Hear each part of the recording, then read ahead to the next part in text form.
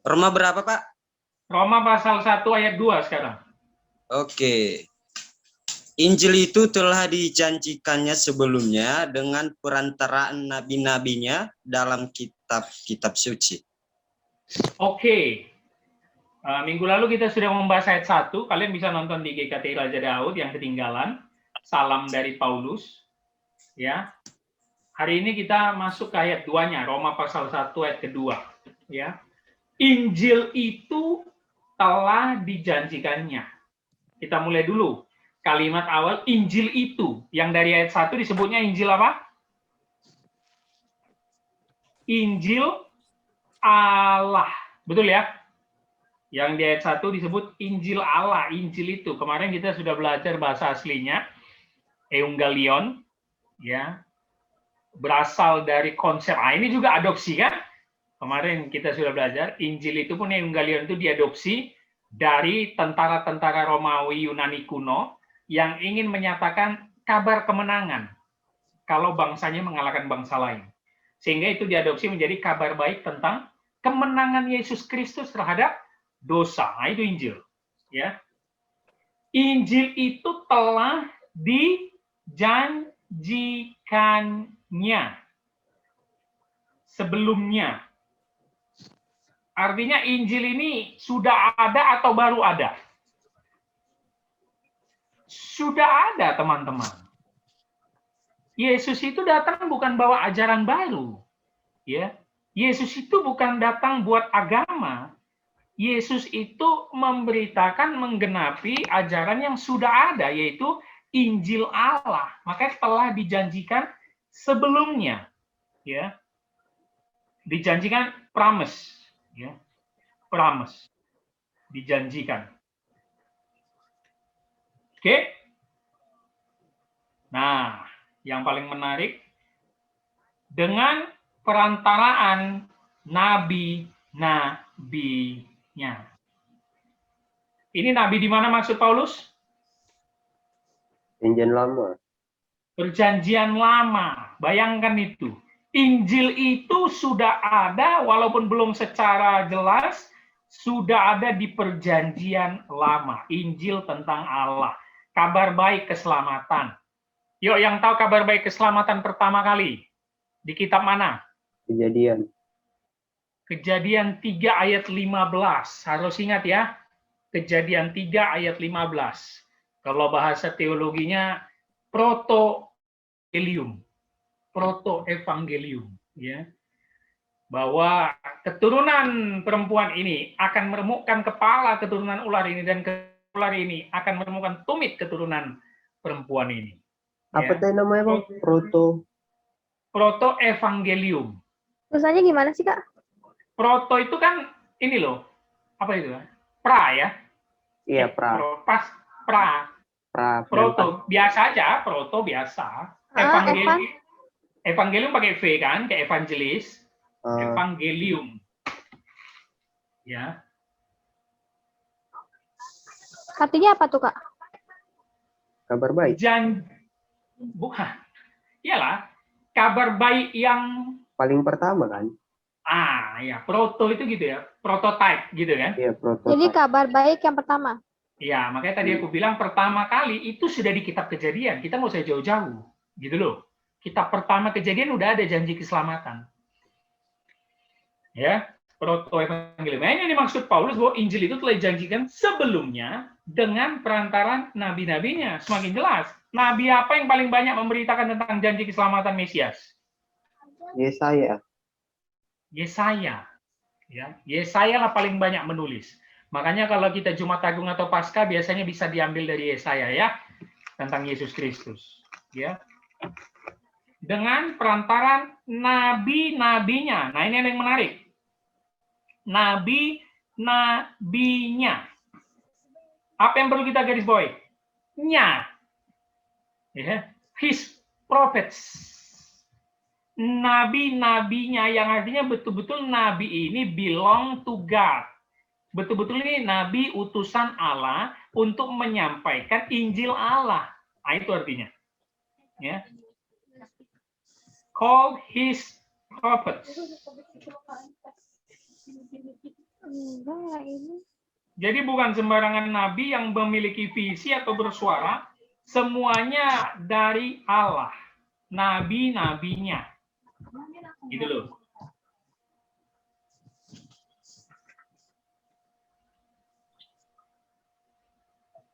Juli ngerti ya?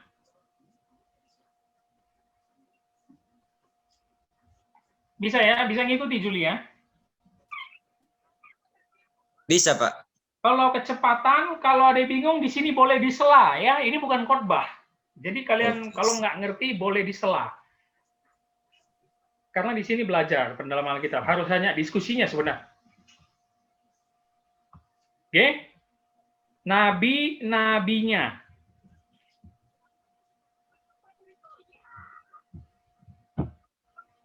Dalam kalimat terakhirnya. Kitab suci. Aku mau tanya Juli, kitab suci yang dimaksud Paulus apa di sini, Jul? Alkitab Kristen lah. Mantap. Matius, Markus, Lukas, Yohanes kan? Iya, Pak.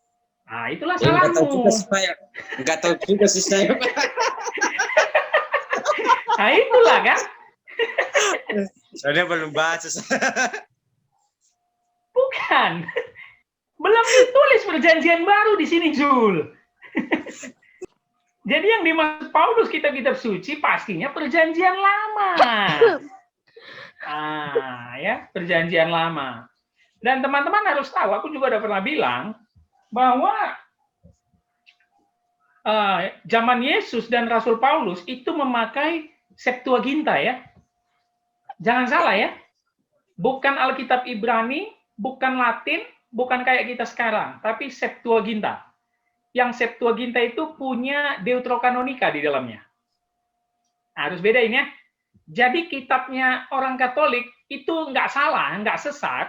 Ada Deuterokanonika di dalam itu. Bahkan kita harusnya boleh membaca untuk menambah pengetahuan kita. Ada Makabe, Tobit, Yudit. Itu kitabnya Tuhan Yesus itu. Perjanjian lamanya, ya semua itu. Jadi memakai Septuaginta. Septuaginta itu literatur paling tua di dalam bahasa Yunani. Oke? Bisa ya? Jadi yang dimaksud kitab-kitabnya di sini Jul adalah kitab-kitab perjanjian lama. Itu dia.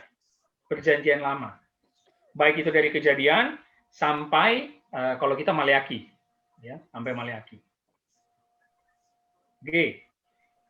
Kalau terjemahan Inggrisnya Holy Scripture atau Holy Writings, karena Scripture itu artinya tulisan, ya. Scriptures itu artinya bukan Alkitab, tapi tulisan-tulisan. Yang artinya Paulus ingin menjelaskan di ayat kedua ini yang bisa kita ambil bahwa berita tentang Yesus Kristus, berita tentang Injil Allah itu sudah ada dalam Perjanjian Lama. Cuma bangsa Israel tidak bisa memahami dan mengenalinya.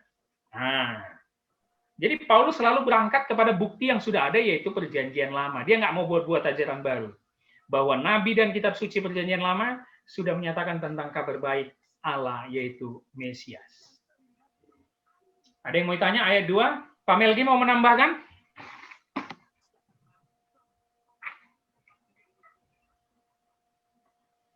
Lanjut Ketua. Lanjut ya. Ada yang mau ditanya, Rom? Nggak ada, Bang. Tasya? Enggak, Bang. Bisa ya, Jul ya? Bisa, Bang. Bisa. Cuman minta es dulu. Lo kau. Oke. Nah, perhatikan di ayat kedua itu koma ya. Nggak titik ya, betul ya? Sama kan Alkitab kita? Koma, belum titik ya. Injil itu telah dijanjikannya sebelumnya dengan perantara nabi-nabinya dalam kitab-kitab suci, koma, tentang anaknya. Siapa anaknya? Yesus.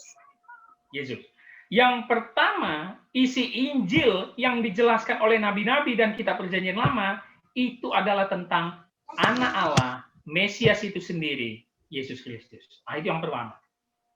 Ini harus yang menjadi pertama dan utama, kata Paulus, bahwa itulah pesan Injil. Makanya mungkin Pak Melki juga bisa lihat teman-temannya di Obaja atau khotbah. Kalau ada yang ngutip perjanjian lama, tapi tidak pernah menyinggung Yesus, khotbahnya pasti salah. Mau ngambilnya dari Obaja, mau ngambilnya dari Rut, mau ngambilnya dari Kidung Agung, semua harus menuju kepada tentang Yesus. Banyak yang bilang, gimana Bang, nggak ada Yesusnya kok? Susah lah kita mengkhotbahkannya. Pasti dapat. Karena semua tulisan kata Paulus, semua nabi-nabi yang ngomong, itu bermuara kepada Yesus, tentang anaknya. Jadi makanya, Juli udah sempat dapat pelajaran homiletika. Hermeneutika. Belum ya Pak ya? Hermeneutika sempat belajar Pak, homiletika yang belum. Oh, homiletika itu ilmu khotbah. Ya.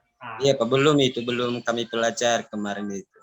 Hermeneutika dengan homiletika nggak bisa lepas. Ya, makanya semua harus bermuara kepada Yesus. Itu penting. Kalau teman-teman gereja dimanapun, kalau misalnya kita lagi nggak gereja ya, akan saya berharap kalian di GKTI terus. Ya. Kalian dengar khotbah 15 menit atau 20 menit tidak menyinggung Yesus, udahlah, itu udah kacau tuh. Itu udah bahaya itu. Ya, itu jadinya khotbah sejarah itu. Ya. Tapi kalau mulai khotbah langsung menyinggung Yesus, itu pun kacau. Nggak ada konteks latar belakangnya pasti. Gitu ya. Jadi kita harus betul-betul tahu nih bagaimana kita menilai khotbah orang melihat dari konteksnya dan muaranya harus kepada Yesus. Makanya yang pertama di ayat ketiga tentang anaknya. Ya. Oke, kita lanjut kalimatnya ayat 3. Yang menurut daging diperanakkan dari keturunan Daud. Apa yang perlu kita garis bawahi? Coba. Romi coba. Diperanakkan. Oke, Tasya.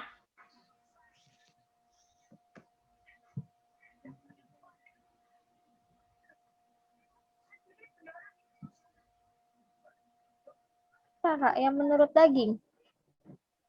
Oke, Juli.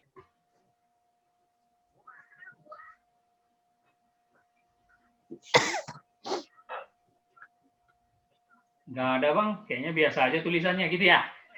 Belum dapat Pak. Nggak tahu saya ini mana yang perlu digaris. Pak Melgi apa Pak Melgi?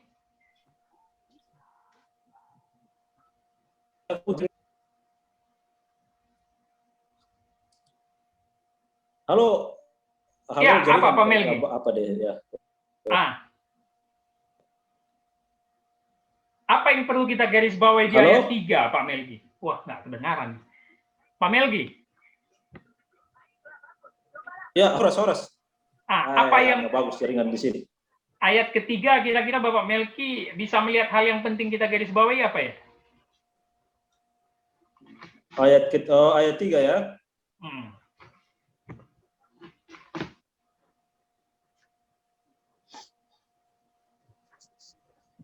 Roma pasal 2 ya, Pak?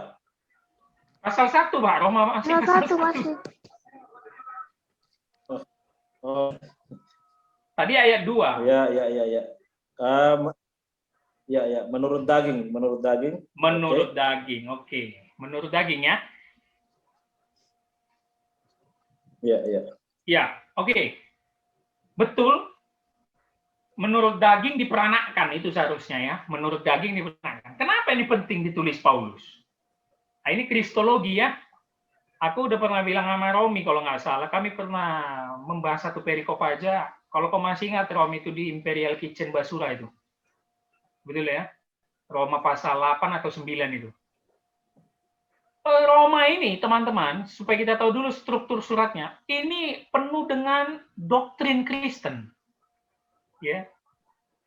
Kristologi, predestinasi, semua di sini masuk nih. Jadi ayat 3 ini adalah kristologi. Kenapa? Yang pertama, inti dari Injil Allah tentang anaknya, anak Allah yaitu Yesus, yang menurut daging diperanakkan, yang artinya apa? Dia betul-betul menjadi manusia sejati. Nah, ini kristologi ya. Tadi dia bilang anaknya, berarti anak Allah, berarti itu ngambang di surga, bahwa dia betul-betul Allah. Dilanjutkannya kalimatnya dengan diperanakkan menurut daging, berarti dia masuk ke dalam daging manusia. Kalau kita meminjam istilah Yohanes apa? Pasal 1, inkarnasi. Incarnate. Inkarnasi itu masuk ke dalam daging dan darah. Karena daging dan darah adalah sebagai wujud manusia asli. Makanya Yesus truly God, truly human. Aku memperbaiki bahasa kita supaya jangan kita bilang 100% Allah, 100% manusia. Itu kelihatannya benar, tapi kurang tepat. Ketika kau bilang dia 100% Allah, kok bisa pula 100% manusia? Nangkap ya? Kalau kita pakai bahasa matematika, itu kan nggak masuk akal. Kalau dia sudah 100% Allah, masa ada lagi 100% manusia? Nah, tapi lebih tepatlah kita bilang Allah sejati, manusia sejati. Nah, Ambil paket, Olin. Apa? Ambil paket. itu arti inkarnasi yang di sini Paulus katakan diperanakkan, ya, menurut daging. Yang artinya Yesus bisa marah, Yesus bisa takut, Yesus bisa sedih, Yesus bisa lapar, dia bisa haus. Nah, kalimat selanjutnya. Yang menurut daging diperanakkan dari keturunan Daud. Nah, ini kita garis bawahi keturunan Daud nih.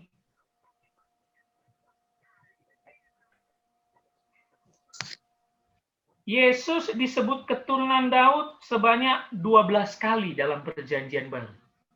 12 kali disebut keturunan Daud. Son of David. Oke, Son of David. Dia juga punya titel Son of God. Tapi dia kurang banyak disebut dengan Son of God. Bahkan seakan-akan banyak penafsir mengatakan Yesus tidak suka disebut Son of God. Karena paling banyak Yesus disebut atau diberikan titel Son of Man, anak manusia. Ya. Son of David, Son of God, Son of Man. Oke.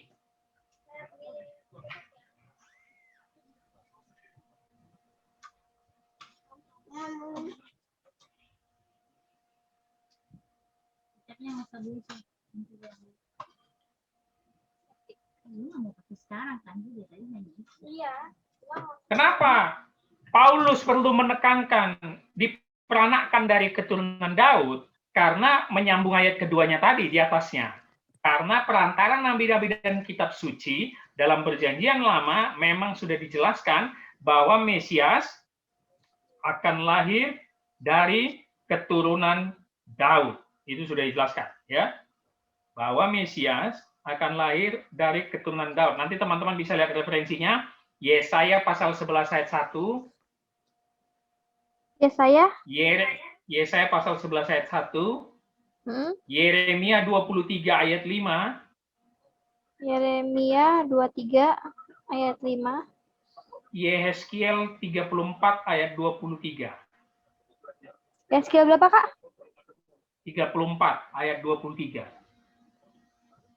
Oke.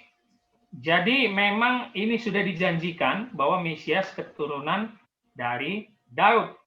Nah, makanya teman-teman kalau tahu peristiwa Natal, murid Yesus yang pertama kali Andreas bilang, bagaimana mungkin ada yang bagus atau yang hebat dari Nazaret? Pernah baca ya? Kenapa? Di dalam otak orang Yahudi sesuai dengan Perjanjian Lama, keturunan Daud seharusnya berasal dari Yerusalem. Iya. Bait Allah, Yerusalem. Gitu loh. Tidak mungkin datang dari kota kecil seperti Nazaret. Nah, itu yang di otak mereka. Karena itu yang mereka dengar dari Perjanjian Lama. Tapi Paulus di sini sudah memulai doktrin kristologinya bahwa Injil itu tentang anak Allah yang masuk ke dalam daging, menjadi manusia, dan dia memang ada daftar keturunan dari Daud. Nah, bisa ya? Karena kan Paulus juga meminjam cara berpikir Matius yang memulai semuanya dengan silsilah. Karena bagi orang Yahudi, silsilah itu paling utama. Gitu loh. Sama itu, orang Yahudi kayak orang Batak itu, silsilah itu penting. Ya, supaya kita tahu dari mana, nomor berapa kita, marganya sama atau enggak. Nah, jadi harus tahu. Oke, sampai di sini ada mau diskusi, ada yang mau ditanya, ada kebingungan tentang Paulus ini, tentang surat Roma, tentang si Peleter. Ayo kita diskusi supaya jangan satu pihak ya. Kalian kuanggap bukan S1 tapi S2 teologi. Ya kan? Jadi supaya diskusi nggak satu arah. S1 itu satu arah. Kalau orang-orang pintar di GKTI masa satu arah, ya kan? Pak Melki boleh juga memberi pendapat, yuk.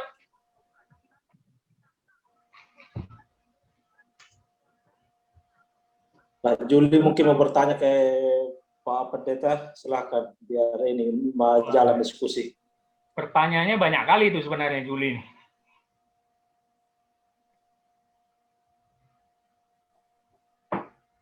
Ayo Juli.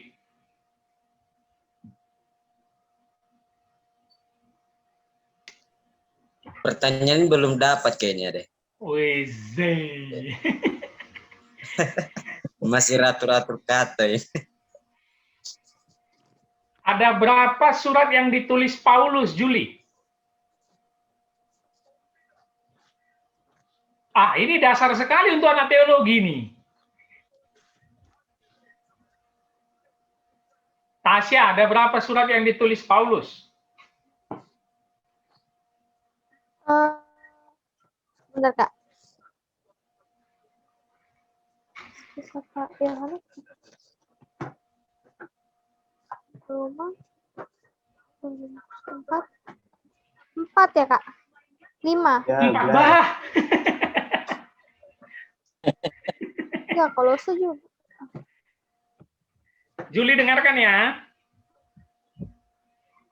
Juli catat ya, semua PA kita hari ini, hari Minggu bawa aku tanda tangani. Mah ada tanda tangan nih, Bah. Kayak anak sekolah minggu. Dokumentasi. Apa? Banyak, Kak. 35. Banyak ya, supaya lebih gampang jawabnya banyak aja ya. Jawaban gampang ya, Bang. Oke. Menurut orang Injili dan orang Reform, semua berkeyakinan 13 surat yang ditulis oleh Paulus, mulai dari Roma sampai Filemon. Betul ya? Sampai Filemon. Ibrani itu sampai sekarang semua sarjana nggak berani mengatakan siapa yang menulis itu. Ya. Ada 13 apa, Kak, tadi? Dari Roma sampai Filemon. Itu menurut orang-orang Injili, seperti kita inilah. Seperti Pak Melki juga, mungkin berkeyakinan 13. Betul ya, Pak ya? Iya, 13. 13. Tapi menurut teolog-teolog ya atau sarjana-sarjana luar negeri, Paulus itu hanya menulis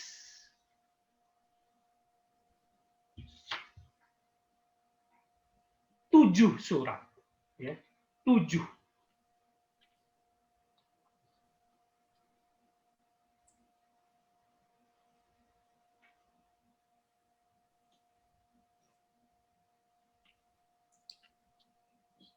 Oh sorry, 8 surat. Yang pertama kali ditulis Paulus, supaya teman-teman tahu, itu Tesalonika, bukan Roma. Walaupun di Alkitab kita setelah Kisah Para Rasul Roma kan, tapi bukan berarti itu yang pertama dia tulis.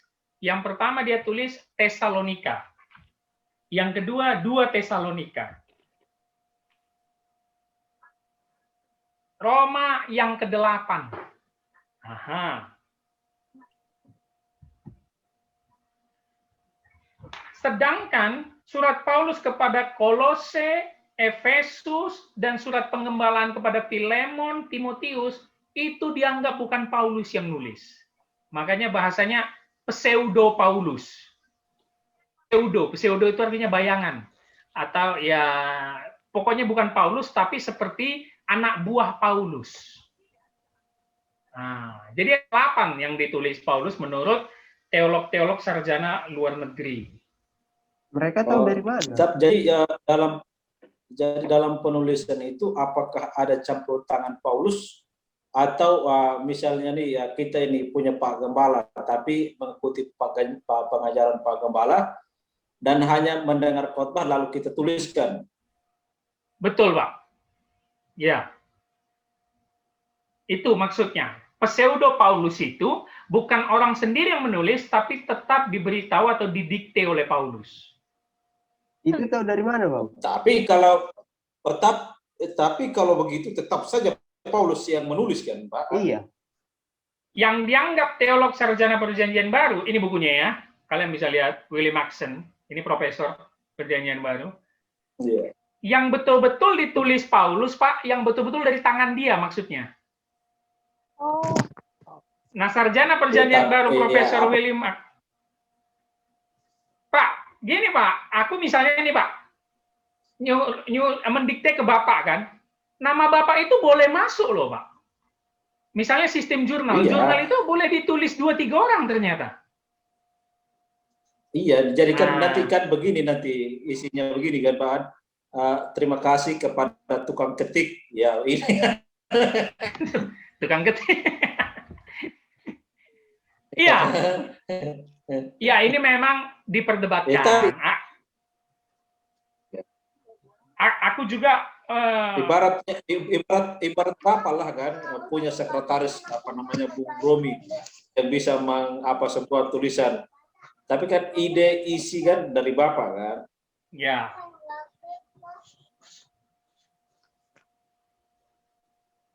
nah kalau kata Romi itu tahu dari mana, Kak? Dari gaya bahasa penulisan.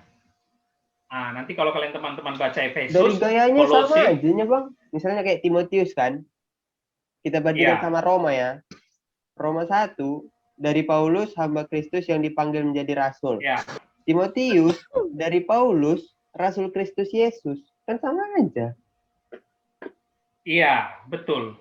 Tapi langsung di ayat kedua itu kepada Timotius katanya. Anakku yang sah di dalam. Jadi bagi Profesor Willie Maxson ini, Rom, ketika ada nama orang lain di dalamnya, atau ketika struktur tulisannya tidak seperti gaya penulisan di Roma, Tesalonika, dia menganggap itu dituliskan orang.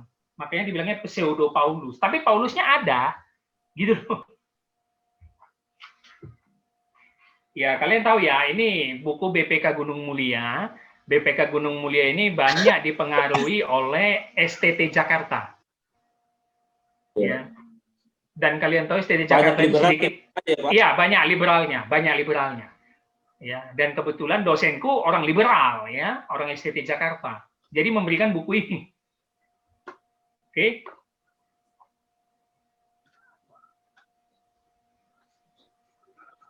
Ya, nggak apa-apa, kita mau bilang 13 juga 13. Ibrani bagi Profesor Willie Maxson juga pseudo Paulus. Jadi sebenarnya Ibrani pun Paulus yang nulis kata profesor ini, tapi dituliskan orang. Ibrani. Kalau kita orang Injili nggak ada yang berani bilang Ibrani ditulis oleh Paulus. Sampai sekarang nggak ada yang berani bilang siapa penulis surat Ibrani. Selalu kita menyebutnya dalam khotbah penulis Ibrani. Nah gitu ya. Jangan bilang Paulus. Penulis Ibrani. Oke. Bisa ya? Ya. Ayat 4 ya. Coba Iya. Romi lu yang baca ayat 4. Ayat 4. Dan menurut roh kekudusan dinyatakan oleh kebangkitannya dari antara orang mati bahwa ia adalah anak Allah yang berkuasa, Yesus Kristus Tuhan kita. Oke, aku mau mengajak kalian 5 menit berpikir, ada yang aneh nggak kalimat ayat 4? Kalimat ini aneh dan membingungkan nggak?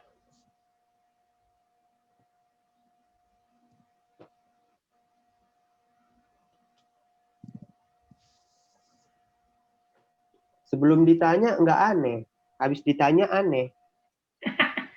Di mana anehnya kalimat ayat 4? Di mana anehnya?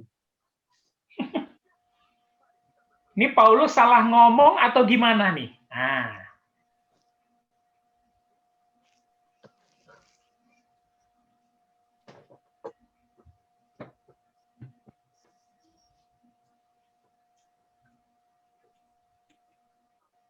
Usah sok serius kok, Jul. Dia nggak paham sama teksnya sebenarnya, Kak. Juli langsung lihat bahasa Yunani-nya. Mantap hambanya. Lihat anehnya ya. Ikuti ya tulisan Paulus ya. Dan menurut Roh Kekudusan dinyatakan oleh kebangkitannya dari antara orang mati bahwa ia adalah anak Allah yang berkuasa. Berarti Yesus menjadi anak Allah ketika dia bangkit dari antara orang mati? Bukan. Enggak, Kak. Enggak lah. Iya, makanya aku nanya, ini keanehan kalimatnya atau cara bacanya? Coba. Cara bacanya. Kayak mana yang benar cara bacanya? Jadi harusnya kan, dan menurut Roh Kekudusan dinyatakan Ya. oleh kebangkitannya dari antara orang mati bahwa ia adalah anak Allah yang berkuasa. Jadi karena kebangkitannya menunjukkan dia berkuasa. Itu maksudnya, Bang. Di anak Allahnya nggak ada koma loh. Iya, tapi cara Anak Allah yang bacanya berkuasa kan? iya kan, jadi setelah kebangkitannya itu bukan menunjukkan dia sebagai anak Allah, tapi yang berkuasa. Yang mau ditekankan adalah yang berkuasanya. Anak Allah yang berkuasa. Oke. Tapi kenapa harus muncul kalimat dari kebangkitan dulu ya? Kan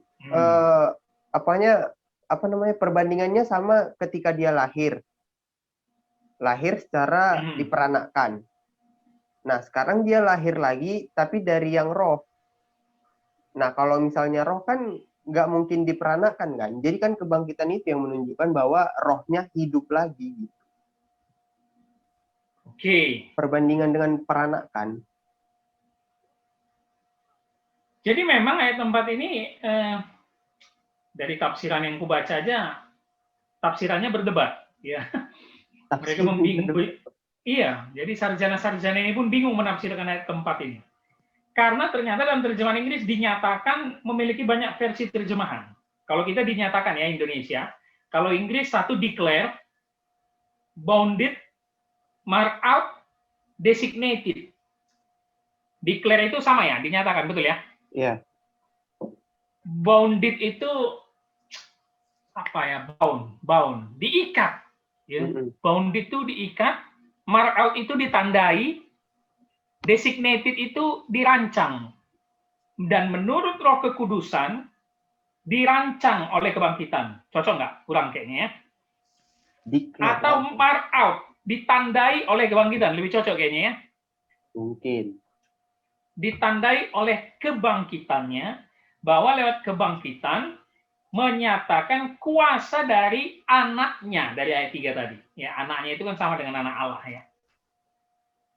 Yesus Kristus Tuhan kita. Jadi bagi Paulus, makanya kalau teman-teman baca 1 Korintus pasal 15, kita udah pernah khotbah di gereja kita 1 tahun lalu, masih di Menteng kalau nggak salah, seri kebangkitan, ya seri Paskah. Itu 1 Korintus 15, judul perikop yang ditulis Paulus itu semua tentang kebangkitan. Kebangkitan Kristus, kebangkitan tubuh, kebangkitan kita. Ya. Jadi bagi Paulus memang kebangkitan ini adalah titik awal kuasa Mesias atau apa ya, proklamasi sebagai Yesus itu betul-betul anak Allah dan Allah itu sendiri. Makanya dibilang anak Allah yang berkuasa. Ya. Ingat kalimat Paulus yang terkenal, aku lupa ayatnya. Kalau Kristus tidak dibangkitkan maka sia-sialah. Sia-sialah iman kepercayaan kita. Karena semua tokoh agama, semua yang dianggap orang suci, semua pemuka agama, semua orang hebat zaman dulu mati. Ya, hanya Kristus yang bangkit. Nah, yang menarik kita lihat ada perubahan dari Kristus Yesus jadi Yesus Kristus. Betul ya? Ayat 1 ke ayat 4, betul ya? Jadi kalau ayat 1 dia bilang Kristus Yesus, ayat 4 anak Allah yang berkuasa Yesus Kristus Tuhan kita. Oke. Dan menurut Roh Kekudusan. Nah, di sini sudah memakai istilah yang tadi aku sebut son of God ya, anak Allah ya. Son of God. Tadi son of David, son of God. Tapi dia lebih suka memakai son of man, anak manusia. Oke. Julie, aku mau nanya, Julie. Ini berbicara roh kekudusan, itu roh Allah, roh kudus, ya, yang kalau kita sebut pribadi ketiga dari Tritunggal ya. Julie bisa dengar ya? Julie. Bisa dengar? Aku mau nanya ini, Julie. Iya, Bang. Oke. Dalam iman Kristen, Roh Kudus dulu masuk baru kita percaya, atau percaya dulu baru Roh Kudus masuk? Kulangi. Roh Kudus dulu masuk baru kita percaya, atau kita percaya dulu baru Roh Kudus masuk? Roh Kudus dulu dong masuk baru percaya. Wah, mantap Juli nih. Luar biasa Juli nih ya. Atau gimana, Bang? Coba dulu deh. Kau harus Benar, yakin Bos. dengan jawabanmu. Tapi setahu aku sih lebih duluan Roh Kudus baru percaya, karena yang meyakinkan kita itu Roh Kudus kita. Oke, mantap ya. Nggak sia-sia baca ya. Ya, oke. Itu untuk Juli aja tadi ya. Dan menurut Roh Kekudusan dinyatakan, ditandai, bolehlah terserah ya, oleh kebangkitannya dari antara orang mati. Oke, aku udah pernah jelaskan sama Romi, tapi ya aku mau nanya yang lain tentang pengakuan iman rasuli yang kita ucapkan setiap minggu. Tasya nih aku tanya. Ada kalimat di pengakuan iman kita setiap minggu, aku pun lupa jadinya. Dia turun ke dalam kerajaan maut. Apa maksudnya itu, Tasya?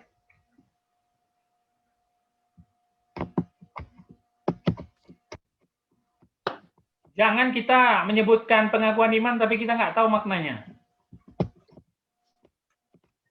Aku lupa Kak, waktu itu pernah dibahas kan? Oh iya, sama Tasya itu ya? Ah ya. Lupa dia. Oke, Juli.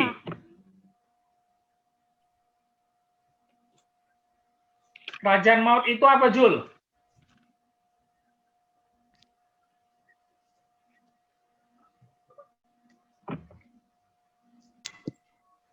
Penguasa kegelapan. Ya, berarti kerajaan maut adalah Penguasa kegelapan. enggak, nama tempat. Neraka lah. Neraka. Berarti sesuai pengakuan iman, Yesus turun ke neraka.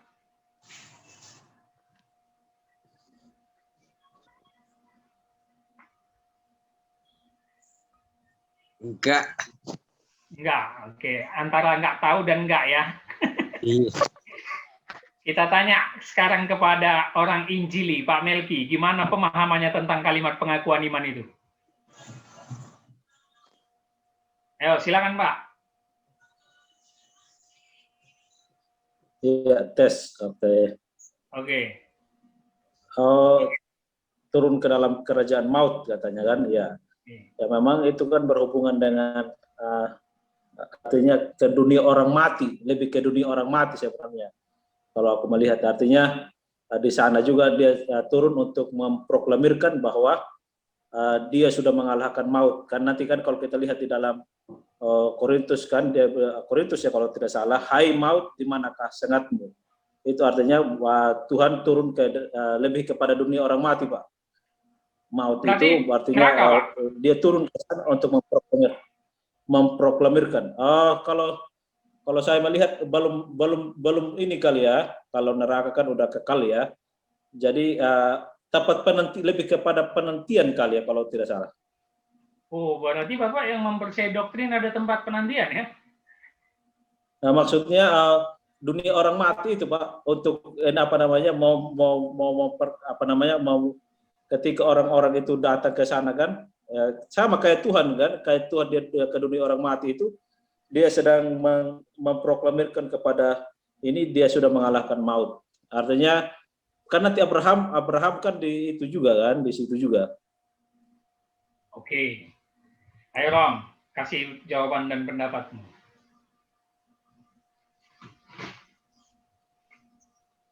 Kalau yang pernah dibahas, aku lupa. Tapi yang setauku itu lebih ke arah keadaan, bukan berarti suatu tempat gitu. Artinya keadaan di mana Yesus itu ya sama kayak manusia yang mati, berada di dalam keadaan dia gak apa ya, sama kayak yang waktu di kayu salib, dia terpisah dari Allah gitu. Jadi ingin menunjukkan bahwa ketika Yesus berada di kalimatnya mati turun ke dalam kerajaan maut. Turun ke dalam kerajaan maut itu artinya keadaan di mana dia terpisah dari Allah di situ. Itu sih yang aku tahu. Ya, jadi kurang lengkap. Keadaan penderitaan Yesus menanggung dosa. Itu dia sebenarnya, Pak. Kalau orang-orang kita tidak setuju dengan tafsiran dunia orang mati ataupun neraka, jadi maksud Yesus mati turun ke dalam kerajaan maut, dia betul-betul merasakan dampak dari dosa, yaitu kematian, bahkan dampak dari neraka itu sendiri. Untuk menyatakan bahwa sangat menderitanya Yesus di kayu salib dan mati. Itu dia. Sudah di kayu salib terpisah dengan Allah, dan matinya pun betul-betul merasakan kematian dampak dari dosa, yaitu neraka. Tapi dia nggak turun ke neraka, dia betul-betul merasakan seluruh dampak dosa yang harus dirasakan manusia berdosa. Nah, itu dia. Terpisah dengan Allah dan masuk neraka. Untuk menyatakan Yesus betul-betul menderita di kayu salib. Itu ya. Jadi Oke. Jadi kalau bagaimana peristiwa ini, Pak, Daud, Abraham, Tuhan di sana juga dia sedang memproklamirkan. Kira-kira ada teolog yang aku lupa ya. Dia bilang begini, dia berjumpa juga dengan Daud dan Daud dengan Abraham ke dunia orang mati itu, ke maut itu, ke dunia orang mati. Maksudnya dia ke neraka? Saksian. Dia ke neraka, Pak? Enggak. Artinya yang dia bilang kan, itu tulisan itu, hai maut di manakah sengatmu? Artinya ada orang juga yang beranggapan bahwa Yesus itu ke dunia orang mati dan dia turun ke dunia orang mati itu supaya dia sedang memproklamirkan bahwa dia sudah mengalahkan maut. Ya, itu memang tafsiran paling terkenal tuh, Pak. Cuma Yesus nggak mungkin. Kita kan bingung dunia orang mati ini karena kita akan bertabrakan dengan kisah si Abraham dan Lazarus kan. Padahal konteks orang kaya dan Lazarus. Padahal konteks kisah Lazarus dan orang kaya itu banyak diyakini sebagai perumpamaan, Pak. Yesus bilang itu nggak secara langsung. Kami sudah pernah PA-kan itu 40 perumpamaan Yesus dan salah satunya masuk itu. Jadi itu masuk ke dalam perumpamaan. Ya, jadi nggak real bahwa ya di pangkuan Abraham nggak ada gitu, sebenarnya nggak mungkin ya. Tapi yang pasti yang dimaksud di pengakuan iman itu, Pak, Yesus sangat menderita di dalam kematian di kayu salib sampai dia merasakan penderitaan orang yang di neraka. Itu saja, Pak. Aku rasa orang-orang perjanjian lama pasti sudah diselamatkan dalam imannya, Pak. Nggak mungkin mereka nunggu-nunggu di dunia orang mati. Tapi nggak apa-apa, itu memang pendapat yang terkenal.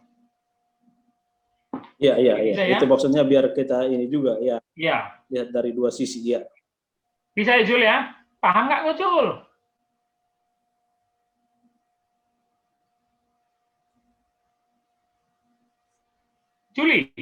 Juli jawab itu. Majelis. Juli. Oh, rusak handphonenya ya. Internet bermasalah itu. Oke, kita lanjutkan. Mungkin ini ayat terakhir, ayat 5. Tasya yang baca.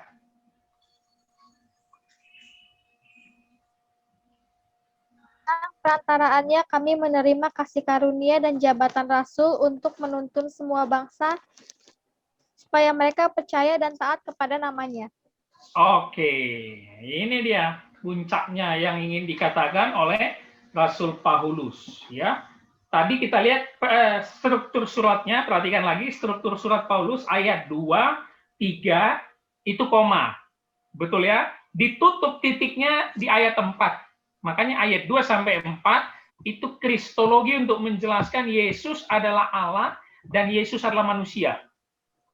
Ya. Dan dia menjelaskan kuasa Yesus yang menunjukkan dia Allah adalah bangkit dari antara orang mati, ya, kebangkitannya. Nah, strukturnya selesai tentang kristologi di situ, sekarang tentang penginjilan dia, ayat 5-nya. Jadi Paulus ini teman-teman harus tahu, orangnya sangat sistematis. Kalau bisa dibahasakan, akejet. Ya, banyak teolog-teolog atau penulis itu ngaca A, B, C, D. Kalau Paulus itu akejet, dia sangat sistematis sekali semuanya. Oke. Iya, iya. Kita lihat kalimat awal ya, dengan perantaraannya, ya, atau through him. Ya, kalau through him itu melalui dia, itu seharusnya ya. Melalui dia, kami menerima kasih karunia dan jabatan rasul. Menarik ya kalimatnya ya. Apa yang menarik di situ? Satu kata. Jabatan. Ih, Juli hilang, Bah. Bukanlah, kami. Ayat 5. Kami, Rom. Muncul sekarang kata jamak. Dari atas kan dia terus. Iya. Karena ada sebutan kata rasul. Jadi dia tahu bahwa dia nggak suka juga merasa sendiri karena dia tahu sudah ada pendahulu, yaitu orangnya Petrus, Yakobus, dan Yohanes. Ya. Dengan perantaraannya atau terjemahan Inggrisnya through him, kami menerima grace, kasih karunia atau anugerah, dan jabatan rasul. Ini menarik. Sarjana selalu mentafsirkan ini dalam bahasa Yunani nomatif. Ya, nomatif itu betul-betul tidak ada kata menjadi. Kemarin kita ada belajar di ayat 1 kalau nggak salah, to be, ya nggak ada to be-nya, tapi betul-betul rasul. Jadi Paulus ingin bilang gini, aku itu jadi rasul bukan karena kemauanku. Nah, itu artinya. Ini menarik ya. Teman-teman tahu siapa pengganti Yudas? Matias. Matias kan? Yang mau memilih Matias? Undian bukan? Para rasul. Undian. Iya, undian para rasul. Jadi Paulus ini ingin bilang juga melalui suratnya kepada rasul-rasul lain, yang ke-12 itu sebenarnya aku. Nah, nanggap nggak kalian? Karena dia dipilih langsung gitu. Nah, anggap ya. Jadi rasul itu memang harus tetap 12, udah nggak bisa itu diganggu-gugat. Makanya di sini menggunakan kalimat mananya ini? Kok hilang? Iya ya, berarti sebenarnya Matias itu seolah tidak terlalu berfungsi. Nggak ada, ya? Iya Pak, nggak ada, iya. Pengganti Yudas. Tapi itu... kalau ini Pak, apa namanya? Kalau dalam proses inaugurasi itu, apakah Bapak percaya itu Musa dan Elia? Gimana Pak? Dalam inaugurasi kan, ketika Alkitab mencatat Musa dan Elia turun katanya. Oh, transfigurasi Pak, transfigurasi. Iya. Iya, apakah Bapak percaya itu memang Musa? Percaya Pak. Percaya ya. Kenapa? Apa pendapat Bapak? Karena kan Musa kan mereka bilang Musa kan mati, sedangkan ini kan yang naik langsung kan Elia sama lupa lagi satu ya. Kalau ada dulu teolog Injili yang bilang begini dari STI, kalau nggak salah yang itu katanya hanyalah Henok kalau nggak salah. Henok diangkat, ya. Henok diangkat. Ya, kemungkinan itu adalah Henok, bukan Henok Elia. Kurang teliti dia, Pak. Kurang teliti dia ya. Karena Musa pun diangkat pasti, Pak. Ya. Nanti Tapi Bapak Alkitab lihat, tidak menjelaskan secara gamblang. betul, tapi sangat jelas juga sih, Pak. Ulangan, tunggu, Pak.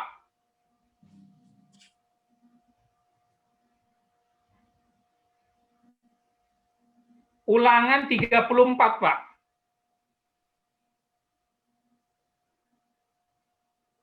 Ulangan 34 ayat 5 dan 6, Pak. Nah, ini kuncinya tentang si Musa, Pak. Udah dilihat nggak, Pak? Iya. Ya, kuburnya sampai tidak ada di sana katanya kan. Nah, itu dia, Pak. Itu nggak masuk akal. Bagaimana mungkin jutaan umat Israel yang mengikut Musa tidak bisa menjumpai kuburannya?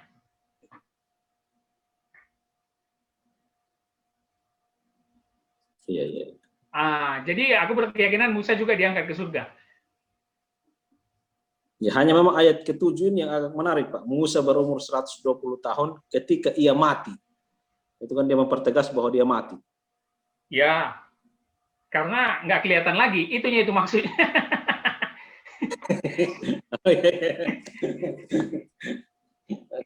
Karena yang dibawa dari Mesir itu ada sekitar 2 juta orang, Pak, umat Israel, 2 juta. Bagaimana mungkin 2 juta orang nggak menemukan satu pun kuburan? Itu kurang masuk akal kalau kita kritisi. Iya. Dan yang menulis ulangan 34 ini, Pak, udah pasti bukan Musa. Masa dia menulis dirinya mati? Iya. Iya. Jadi otomatis yang menulis ini tidak pernah atau tidak ikut mungkin menyaksikan itu hanya dari mulut ke mulut orang Israel. Gitu sih, Pak. Iya. Oke. Berapa menit, Om? Ada 15 menit lagi. Oh, masih lama ya. Jam 3 pas ya. Oke. Tadi masih di kalimat mana tadi? Jabatan Rasul. Ya, itu ya. Jadi teman-teman tahu ya, sebenarnya Rasul ke-12 itu bukan Matias, tapi adalah Rasul Paulus. Karena dia dipilih langsung oleh Allah. Oke. Kita lanjutkan kalimatnya itu. Untuk menuntun semua bangsa. Paulus ini diutus oleh Allah untuk kepada orang Yahudi dan non-Yahudi. Ya, ini penting nih. Karena memang dia rasul yang diutus untuk kepada orang Yahudi dan non-Yahudi. Semua bangsa. Kenapa Allah memakai dia sedemikian hebat? Karena memang pengetahuan dia pun hebat. Ya, dia berkeluarga negaraan Roma, dia jago bahasa Yunani, jago bahasa Ibrani, semua dia kuasai. Jadi untuk memberitakan Yesus ke semua bangsa, pasti bisa. Tapi ada satu kata yang menarik ya, yang tadi juga ini bisa menjadi bahan waktu aku menjelaskan ke Juli di awal kita mulai PA. Menuntun. Betul ya? Jadi mereka itu sebagai rasul yang menuntun. Bukan mempertobatkan semua bangsa. Nggak gitu bahasanya. Menuntun. Ya.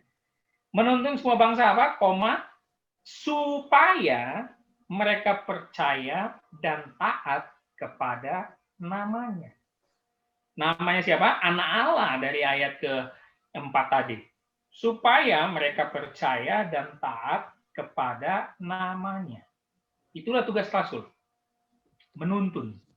Ya, ini juga tugas kita ya. Menuntun kepada semua orang supaya percaya dan taat kepada namanya. Oke. Rasul masih tahu ya bahasanya kemarin ayat 1? Tasya masih catat? Boleh disebut? Apa, Kak? Rasul bahasa Yunaninya? Rasul bahasa Yunani. Bahasa Inggris ya? Apostel. Apostel. Ya, artinya? Sebentar.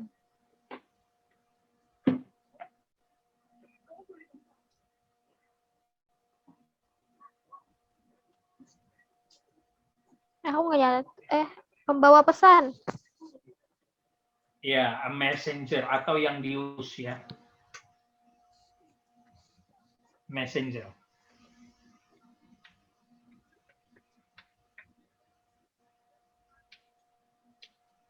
Oke. Oke, kita tutup di ayat 6 ya. Singkat ayat 6 ya.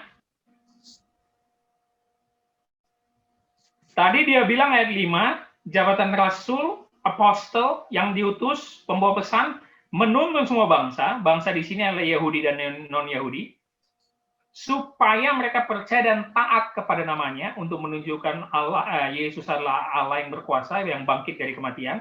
Ayat 6 menarik. Ini menjadi lebih luas. Aku bacakan ya. Kamu juga termasuk di antara mereka.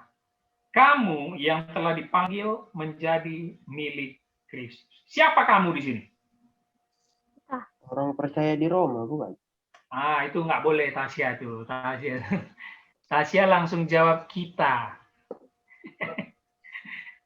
Walaupun nggak salah, tapi harus sesuai konteks dulu, Tas. Orang Kristen di Roma. Ya, orang percaya di Roma. Gitu. Baru aplikasinya memang kita, orang Kristen zaman sekarang. Ya. Makanya dia bilang, kamu juga termasuk di antara mereka. Jadi Paulus ini bilang, ini bukan tugas rasul doang. Kalau aku bisa bilang, ini bukan tugas pendeta doang. Kamu juga termasuk harus menuntun semua bangsa, supaya mereka percaya dan taat kepada Yesus, anak Allah.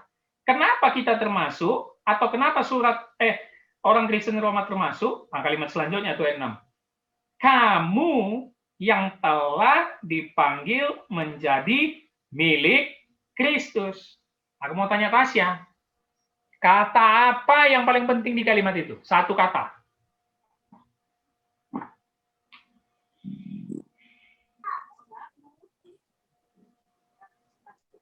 Dipanggil. Salah. Salah. Pak Melgi tahu?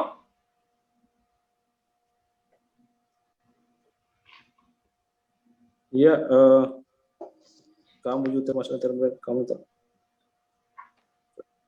menjadi kali ya ketua. Kurang tepat. Kurang tepat ya. Apa Rom? Telah. Oke. Nah itu tuh. Telah. Past tense atau future? Kalau telah itu past atau future? Pas. Pas. Artinya orang Kristen di Roma adalah umat pilihan sebelum dunia dijadikan. Nah, ini yang aku bilang, surat Roma ini kental sekali dengan predestinasi. Ya, nanti kita belajar di pasal 16, 18. Pasal 1 ayat 16, 18. Telah, ya itu kata paling penting.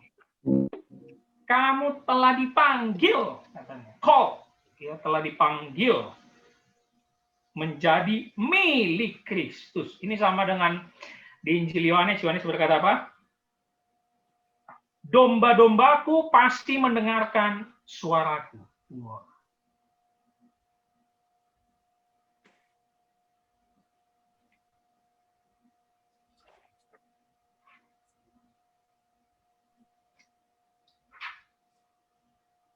Menjadi milik Kristus, ya, belong to Christ.